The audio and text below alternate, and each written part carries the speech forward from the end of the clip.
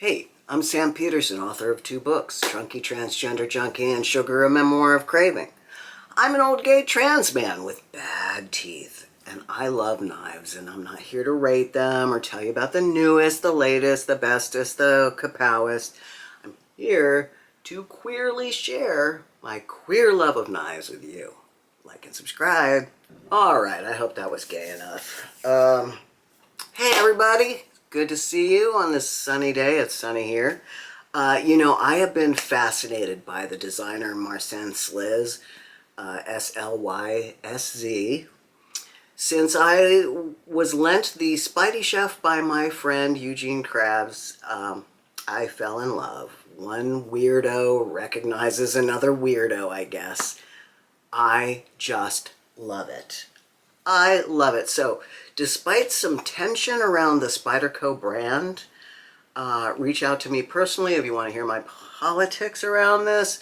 I decided that I wanted to collect every Slysz design I could get my hands on, so long as they were secondhand. That is my rule. Well, lo and behold, I found a beat-up SpydieChef on the secondary market. It is really a wild knife. It's really the predecessor in some ways of the Tesla truck, don't you think? But the Tesla truck is hideous. Architecturally, it's peculiarly soft angles. Very strange. But they make this knife quite ergonomic. Of all the Spideys I've held, this is one of the most comfortable. I think the Slysz designs overall are the most comfortable Spydercos I've held thus far. At least in my wee little man hands. So, and what I'm doing is I'm selling the knife equivalent dollar-wise in my collection to pay for a new knife. So if I want a new knife, gotta sell some old ones. It's getting close now. There's not much left that I can really part with, but I'll get to that. Anywho, this is a chef's knife. It's a slicing and dicing knife. I personally balk at the idea of using a folder for cooking. Even when I camp, I use a kitchen knife for cutting. If I camp, I mean being outdoors. Getting food stuck in the innards of my pocket knife is gross to me. Will I cut the occasional apple? Yes. Will I cut the occasional cheese? Why, yes, just now. The Spydie clip is great, I think. I don't talk about the clips enough on a knife. They're a slight detail, but they can really determine the rate of carry. I love those paperclip clips, too. They just work. They're really good. So far, I've got this SpydieChef, this wonderful Swayback, which I love and adore, and a Techno 2 that's out on loan to said crab. So here's the pièce de résistance. The crab sent me his Slysz Bowie. Yes, he did. And I am terrified to handle it because it is in really pristine shape. But it is absolutely lovely. Absolutely beautiful. It might be one of those, perfect EDC knives. Absolute perfection. It also fits in my hand like it was made to order. It also has a slightly sanded finger hole that is perfectly placed for precise flippage. Like its siblings, the Slysz Bowie has a mildly rounded spine, the contours of which fade out perfectly to its tip.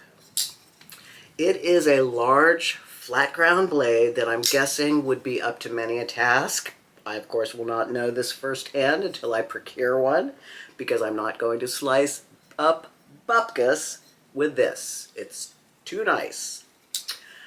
I have, although I have to say, Eugene gave me carte blanche to mess around with this knife. I just can't bring myself to do it. I've never held a knife as expensive as a Slysz Bowie. You can pay up to like $1,100 on Etsy. Yeah, they're handmade. On eBay for a Slysz Bowie. There's a lot of hype around this knife, a lot of oohing and ahhing and bowing and scraping, and I think I'm going to be on the carpet next. This, by all appearances, is one hell of a knife. This one also has that paper clip, pocket clip that I love. Jesus, this is a gorgeous knife. Marcin Slysz has such an economical design language. It is both spare and fancy. Bear with me. I think the Swayback is an excellent example of this. The Swayback is an electric knife to me. I love it so much. The Bowie has some jimping, but my other two don't, and I wish they did. But otherwise, this blade just shoots out to space. This point is aching to poke someone. That's what he said. All of these Slysz knives, all of them, are workhorses. They are made to fuck shit up. The build on them is so artfully sturdy.